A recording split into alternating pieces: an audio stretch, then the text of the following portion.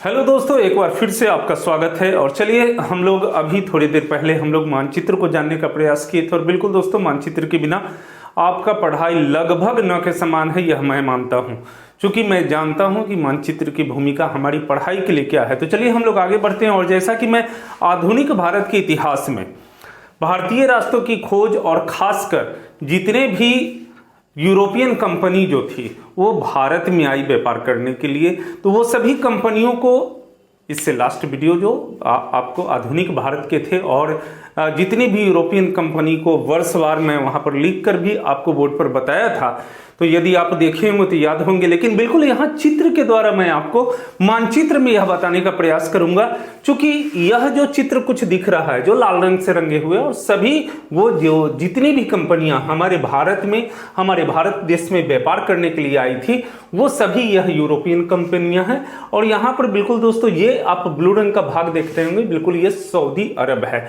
अब इनकी भूमिका क्या है, क्यों है, यह सभी मैं आपको आज की वीडियो में बताऊंगा।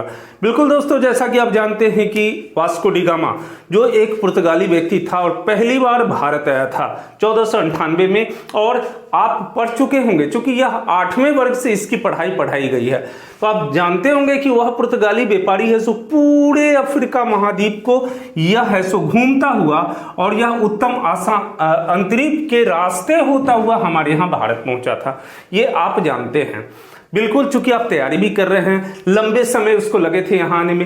लेकिन ऐसी कौन सी स्थिति बनी थी कि यह आसान सा स्थलीय मार्ग को छोड़कर यह पूरे ये समुद्री मार्ग को अपनाए थे और इतनी लंबी दूरी तय करके आए थे। आप देख सकते हैं भारत यहाँ से पहुंचना, ये यूरोपियन को पहुंचना यहाँ कितना आसान था। ये सीधे स्थलीय मार्ग से या थोड़े से समुद्री मार्ग को तय करके या फिर पूरा ये स्थलीय मार्ग से यहाँ भारत पहुंच सकते थे, लेकिन फिर ये समुद्री मार्ग को यह क्यों अपनाए। तो बिल्कुल दोस्तों, आज इसी की कहानी को लेकर हम लोग आगे बढ़ेंगे और समझने का प्रयास करेंगे, जानने का प्रयास करेंगे कि ऐसी कौन सी स्थिति बनी थी कि ये जो है सो जितनी भी यूरोपियन कंपनी है वो भारत यहाँ पर समुद्री मार्ग को अपनाए थे। तो दोस्तों, पहले से ही आप जानते हैं कि हमारा देश प्राचीन काल से ही यह है सो यूरोप से यहाँ पर भारत का व्यापार होता था।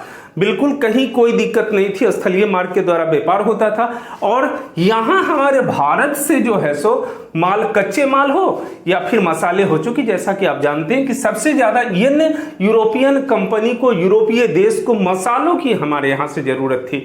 और मसाले भी क्यों? इसलिए कि ये ठंडे क्षेत्र थे और ठंडे क्षेत्र में सबसे ज्यादा वो लोग मांसाहारी होते हैं, तो वहां पर मसाले इनके हैं सो भोजन बनाने में बहुत काम की चीज थे। और भी बहुत सारे यहाँ से है सो व्यापार बाद में धीरे धीरे जब आए और यहाँ भारत की स्थिति को देखे थे, बहुत सारे व्यापारी यहाँ से करने लगे। लेकिन चलिए हम लोग आगे बढ़ते हैं। अब दोस्तों, यहां पर स्पष्ट है, ये ब्लू रंग का जो सऊदी अरब आप दिख रहा है, यह है सो यहां पर मंडी है। आज भी बाजार के कॉन्सेप्ट क्या होते हैं दोस्तों? बिल्कुल, कहीं एक कंपनी होती है, एक उपभोक्ता होता है। ये पेन की बात कर ले तो ये पेन जो है किसी फैक्ट्री में बनता है और हम इसको इस्तेमाल करते हैं। बीच में यह कैसे आता है आप नहीं जानते, इसमें अंकित मूल्य होते हैं। अंकित मूल्य होते हैं, हम समझते हैं कि यही मूल्य इसका जो है सो वास्तविक मूल्य है और हम लोग उसी मूल्य पर इस वस्तु को खरीदते हैं। बहुत ज्यादा क्या करेगा तो दुकानदार आपको है सो 1 रुपया का छूट देगा, बोलेगा मैंने आपको 10% का छूट दिया और मैं खुश हो जाता हूं। नहीं, स्थिति ऐसी नहीं होती है। तो थोड़े से हम लोग इस बाजार की जो व्यवस्था है उसको हम लोग जान ले यहाँ पर। और दोस्तों, अगर मान लीजिए यह है सो फैक्ट्री है जहां पर उत्पादन होता है और हम यहाँ कंज्यूमर हैं, हम यहाँ उपभोक्ता हैं, अगर कंज्यूमर हैं, इस बीच में बहुत सारे बिचौलियों का एक जाल है। बिल्कुल दोस्तों, यहां से माल आता है और सबसे पहले है सो यहाँ पर फुटकर थोक विक्रेता, जिसको होलसेलर बोलते हैं हम लोग, वहां तक माल आता है और फिर वहां से कहां माल आता है? डिस्ट्रीब्यूटर तक आता है और डिस्ट्रीब्यूटर से फिर आता है जो छोटे मोटे दुकानदार होते हैं वहां तक, और वहां से कंज्यूमर के रूप में हमें माल प्राप्त होता है। अब मैं बात एक उदाहरण को देकर करता हूं। आए दिन हम लोग है सो वो मिनरल वाटर पीते हैं, पानी के बोतल पीते हैं, बहुत सारी कंपनियां हैं वहां पे। तो कुछ अच्छी कंपनियों को आप यदि देख ले, जो अधिकृत कंपनी है उसको अगर आप देखेंगे तो 20 रुपया बोतल में लिखा हुआ होता है कीमत। आप बगल में कहीं पर मशीन से जाइए और 2 रुपए का सिक्का डालिएगा तो वही आपको 1 लीटर जो है सो 2 रुपए मिल जाएगा। फिर ये 18 रुपये क्यों?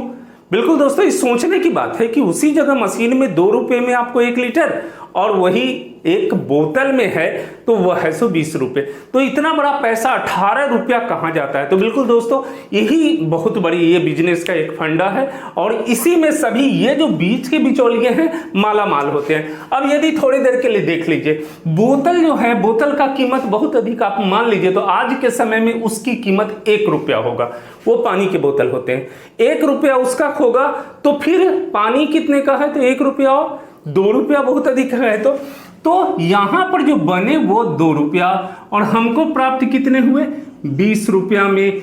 बीच में ये 18 रुपया इन लोगों के द्वारा उसका जो है सो उन 2 लोग है सो यहाँ पे खा रहे हैं। कुछ प्रॉफिट बीच में ये फैक्ट्री वाले भी ले रहे हैं और उसके बाद ये दुकानदार भी कुछ ले रहा है। जो यहाँ पर आपको जो है सो शॉपकीपर है उसको भी हम लोग एक मार्का दे दे, शॉपकीपर, यहाँ पे दुकानदार है और हम तक आ रहा है। तो क्या हुआ? फैक्ट्री में जो 2 रुपए में है वो हमें 20 रुपए में प्राप्त हो रहा है। 18 रुपया कौन है? बीच में। अमीर कौन बन रहे हैं? ये बनते चले जा रहे हैं बीच के। आप देखे होंगे जितने भी ये बीच के लोग हैं काफी अमीर होते चले जा रहे हैं। यही तो है बाजार व्यवस्था, यही तो है। तो यही बाजार व्यवस्था कहीं यहाँ हुआ करता था। ये यूरोप वाले जो हैं सो हमारे भारत के जितने व्यापारी वर्ग थे अपनी माल को यहाँ बेचते थे सऊदी अरब में। यहाँ सौदागर होते थे सऊदी अरब में। ये जो यूरोप वासी आते थे ये सौदागर से खरीदते थे माल को। अब जानते हैं क्या बात थी यहाँ पे? यहाँ से जो माल को ये 10 रुपया में खरीद कर ले जाते थे, मशाल को यहाँ बेचते थे, इनको 1000 रुपये में प्राप्त होता था। समझ सकते हैं, 100 गुना ज्यादा कीमत उनको मिलती थी। यहाँ से देना पड़ता था, पे करना पड़ता था।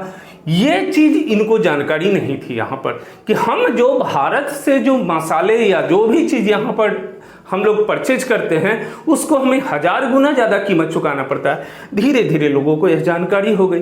अब जानकारी हो गई तो वह दूसरे रास्ते की तलाश करने लगे। कौन?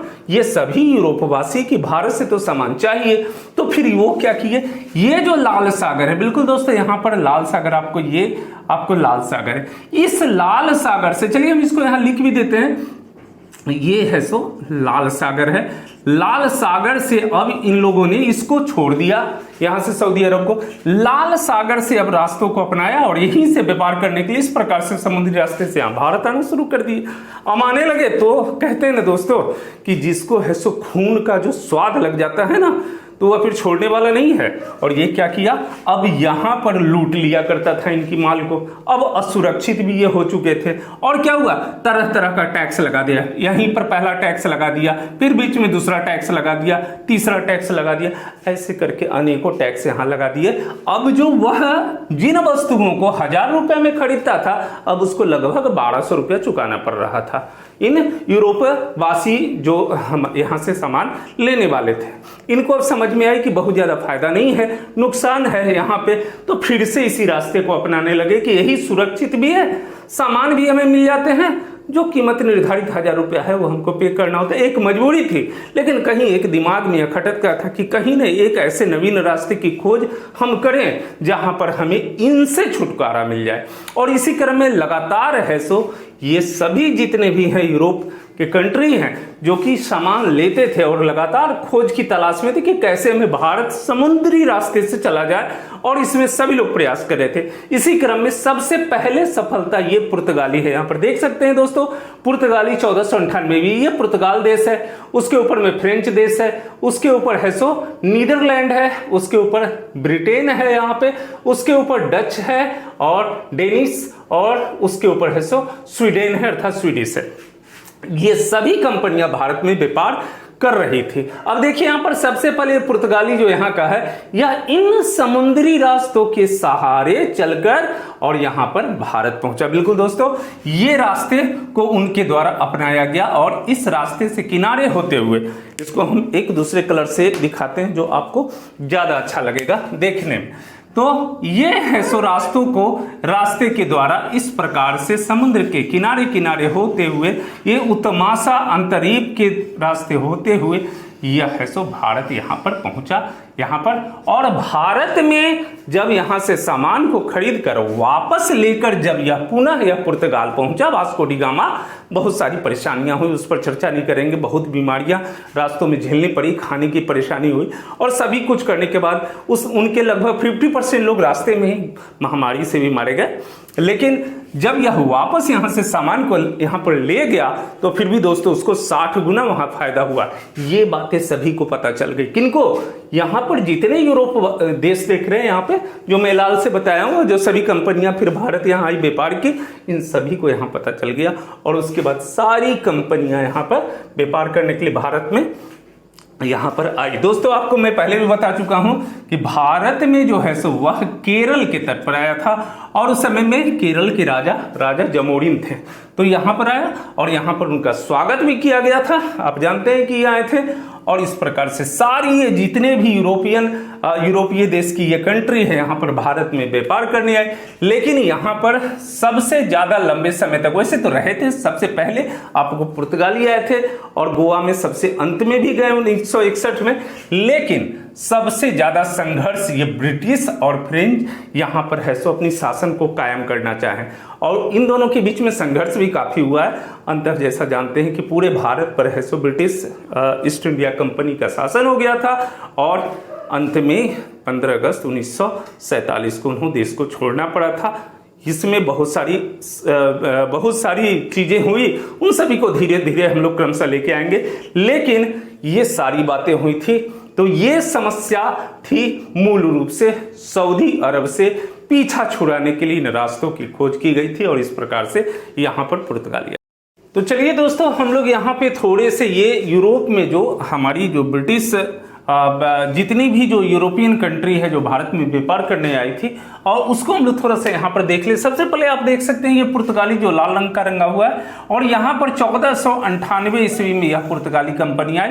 उसके बाद 1498 के बाद 1602 में ये बिल्कुल दोस्तों ये डच नीदरलैंड यहाँ पर आप देख सकते हैं, ब्रिटिश ईस्ट इंडिया कंपनी। उसके बाद दूसरी कंपनी थी जो यहाँ पर आई, तीसरी 1602 में आपको डच ईस्ट इंडिया कंपनी, और उसके बाद चौथा जो है सो ये डेनिश ईस्ट इंडिया कंपनी आपको यहाँ पर भारत में व्यापार करने आई, और पांचवा आपको ये 1664 में फ्रेंच ईस्ट इंडिया कंपनी आई, और सबसे अंतिम जो है यह स्वीडिश ईस्ट इंडिया कंपनी आपको भारत में व्यापार करने आई थी। लेकिन यहाँ पर सबसे अंतिम में जो यहाँ से गए हैं वो है सब पुर्तगाली ईस्ट इंडिया कंपनी। तो सबसे पहले भी 1498 में यहाँ पर व्यापार करने आई थी, और सबसे अंतिम में यहाँ से 1961 में यहाँ से रवानगी उनकी हुई थी।